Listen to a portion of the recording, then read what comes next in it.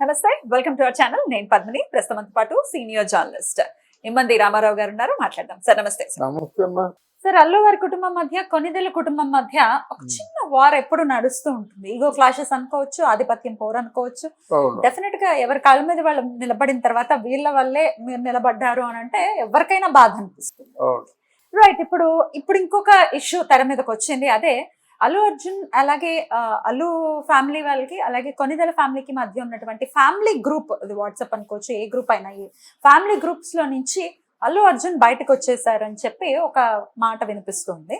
దానికి ప్రధానమైనటువంటి కారణం ఆయన వైసీపీకి సంబంధించిన ఒక ఎమ్మెల్యేకి సపోర్ట్ చేయటము వన్ ఆఫ్ ద రీజన్స్ గా చెప్తూ ఉన్నారు. ఇందులో నిజాలు ఏంటి? ఈ వార్ ఎప్పుడు నడుస్తుంది వీళ్ళ మధ్య? కరెక్ట్, మీరు చెప్పింది కరెక్ట్.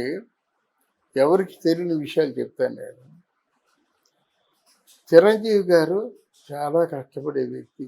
మేము గమనిస్తుండేవారు. అప్పుడు మా దృష్టిలో ఎన్టీఆర్, ఏఎన్ఆర్, సోహన్ బాబు, కృష్ణ, హర్నాథ్ వీళ్ళు హీరోలు. అంతేగాని ఈయన కొత్తగా వచ్చాడనమాట.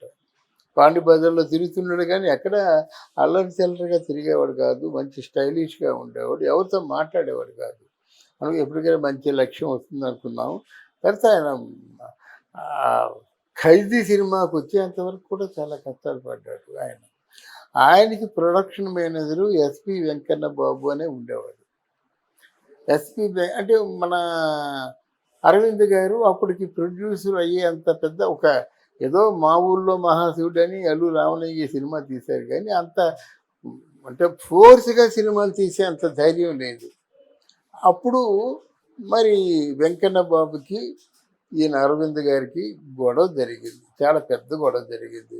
ఎక్కడ జరిగింది? మద్రాసు, టీ నగరు, శ్రీదేవి థియేటర్ దగ్గర జరిగింది.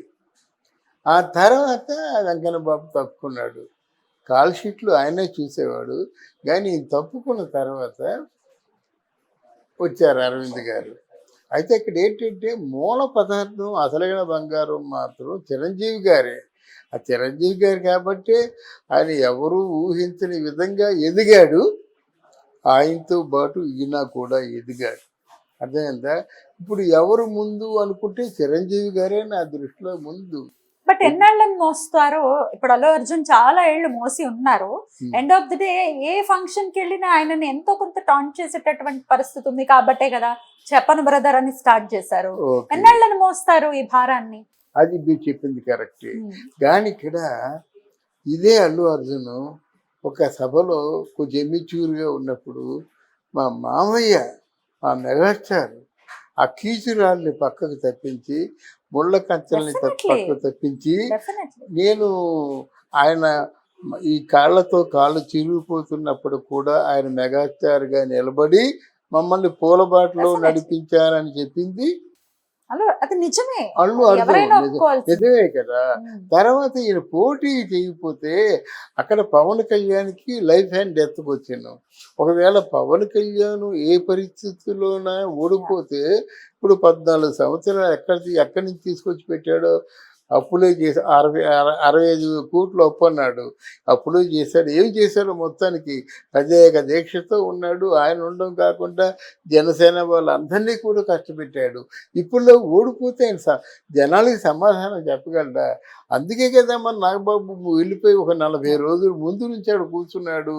నడవలేకపోయినా ఎంత కష్టపడుతున్నా సరే తమ్మును బతికించుకోవాలని కూర్చున్నాడు. చిరంజీవి గారు కూడా వెళ్దాం అనుకున్నారు కానీ పవన్ కళ్యాణ్ అవకాశం ఇవ్వలేదు. ఎందుకంటే ఆయన రామ్ చరణ్ని పిలిచినందుకే చాలా బాధపడుతున్నాడు అన్నమాట. పీకేశారమ్మా లిటరల్గా. ఆ చేతులు, ఆ కాళ్ళు ఏ ముక్కకి అంటే అభిమానులు కావచ్చు, ఎవరు కావచ్చు మొత్తం చెప్పలేం కదా. ఇప్పుడు పవన్ కళ్యాణ్కి షేక్ హ్యాండ్ ఇచ్చి బ్లేడ్తో షేక్ హ్యాండ్ ఇచ్చింది అభిమానులు అనుకుందామా, జనసేన అనుకుందామా, వేరే వాళ్ళు గోండాలు వచ్చి దిగారు అనుకుందామా? నేను అంటే అల్లు అర్జున్ చేసిన తప్పు అని నేను చెప్పనమ్మా. నువ్వు అక్కడికి వెళ్ళావు, బాగానే ఉంది. నీ ఫ్రెండ్కి ఇచ్చిన మాట బాగానే ఉంది. అక్కడ 5 గంటలు ఉండు, నువ్వు ఒక్క అరగంట గడుపు, నువ్వు అసలు ఈ సమస్య రాదు కదా. రెండింటికి ఎట్లా సపోర్ట్ చేస్తారు sir at a time? Is it possible? ఎవరు ఎందుకు సపోర్ట్ చేయలేరమ్మా? వైఎస్ఆర్ పార్టీకి చేశారు. మా మామయ్యని గెలిపించండి. నా ఫ్రెండ్ని గెలిపించండి. నేను రాజకీయాలకు అతీతం చెప్తున్నాడు కదా. ఆయన చెప్పేది ఏంటంటే నేను రాజకీయాలు చేయను, నేను రాజకీయాలకు అతీతం అని చెప్పాడు. ఆ చెప్పాడు ముందుగా ఒక సేఫ్టీ బాణం వేసుకున్నాడు కదా. రాజకీయాలకు అతీతం అయినప్పుడు నా ఫ్రెండ్, అందువల్ల నేను రాజకీయాలకు అతీతంగా నా ఫ్రెండ్కి చేస్తున్నాను. మా మామయ్య మెగాస్టార్ తమ్ముడు పవర్ స్టార్ అని చెప్పొచ్చు. అంటే ఆ పార్టీలో ఆయన ఉన్నట్టయితే చెప్పకూడదు, వైఎస్ఆర్ పార్టీలో. పోనీ లేకపోతే ఇక్కడ జనసేనలో ఉన్నట్టయితే అక్కడ చెప్పకూడదు. జనసేనలో లేడు, అక్కడ లేడు, జెంట్లమెన్గా వచ్చాడు, నీ మాటలు నువ్వు చెప్పావు. దాని తర్వాత ఆయనకి ఏదో కడుపు మండి ఉంటుంది మన నాగబాబుకి. మనలో ఉంటూ పరాయివాడికి ఏమో సపోర్ట్ చేసేవాడు, మనవాడైనా పరాయివాడు, అది పరాయివాడైనా మనలో ఉంటూ మనకు సపోర్ట్ చేసేవాడు మనవాడు అని చెప్పాడు. దానికి అంత రాద్ధాంతం చేయాలి, రాద్ధాంతం చేయి. ఇంకా రకరకాలుగా అల్లు రామలింగి కానీ భిక్ష పెట్టి పూరిడితే నువ్వు ఏం చేసావు, ఏదో పంచర్లు వేసుకుంటుండేవాడు అని చెప్పాడు మాట. అది బాధ కదా ఎవరికైనా. అది ఎవరిని అన్నట్టు, అల్లు రామలింగి భిక్ష ఎవడికి పెట్టాడు, చిరంజీవి పెట్టాడు. అంటే మిగతా వాళ్ళకి పెట్టలేదు కదా. మిగతా వాళ్ళకి రామలింగికి, మిగతా వాళ్ళకి వాళ్ళ ఫ్యామిలీకి ఏ సంబంధాలు లేవు కదా. ఈయన పెద్ద మనసు, చిరంజీవి పెద్ద మనసు ఉన్నాడు కాబట్టి ప్రతి సంక్రాంతికి బెంగళూరు రిసార్ట్కి వెళ్ళిపోయి అందరినీ, ఇంక్లూడింగ్ అంటే అరవింద్ గారి కొడుకుల్ని, కూతుర్ని, వీళ్ళందరినీ తీసుకొస్తారనమాట. అంటే ఇంతమంది నాకు అంటే బలగం కావాలని చెప్పేసి అనుకున్నాడు కాబట్టి తీసుకొస్తున్నాడు. అది చిరంజీవి తాలూకు కోరిక, ఆకాంక్ష. మరి ఇప్పుడు ఎందుకు ఈయనేమో నాకు పూర్తిగా ఆయన ఇన్స్టాగ్రామ్ లేకపోతే వాట్సాప్ ఏదో డిలీట్ చేశారని అంటున్నారు. ఎవరు గ్రూప్లో నుంచి గ్రూప్లో చేశారు అంటారు. ఆయన కూడా చాలా సీరియస్గా ఉన్నాడు. ఇప్పుడు దీన్ని ఏం చేస్తారంటే జనం, ఎవరైనా ఇద్దరి మధ్య గొడవ వచ్చిందంటే దాన్ని పెంచడానికే ప్రయత్నం చేస్తారు. అప్పుడు ఏం చేయవలసిందంటే చిరంజీవి గారు నాగబాబుని వారించారట. అది కాదు, నాగబాబు అల్లు అర్జున్ని తీసుకొచ్చి మన కుటుంబం పరుగు పోతుందిరా, మనంతా ఎంతవరకు పెద్ద ప్రెస్టీజియస్ ఫ్యామిలీగా ఉన్నాము, హిందీలో పృథ్వీరాజ్ ఫ్యామిలీ అలాంటిదో, తెలుగులో మెగాస్టార్ ఫ్యామిలీ అట్లాంటిది అనుకుంటున్నారు. నీ తాలూకు మంచి మనసు మీరు అది కలవండి, దాంతో ఏముంది అంటే వినరు కదా వాళ్ళు. తప్పకుండా వినడం మానేరు కదా, తప్పకుండా వింటారు అన్నమాట. అది జరగలేదు. ఇంకా రకరకాల ఇష్యూస్ వస్తూనే ఉన్నాయి ఎప్పటికైనా.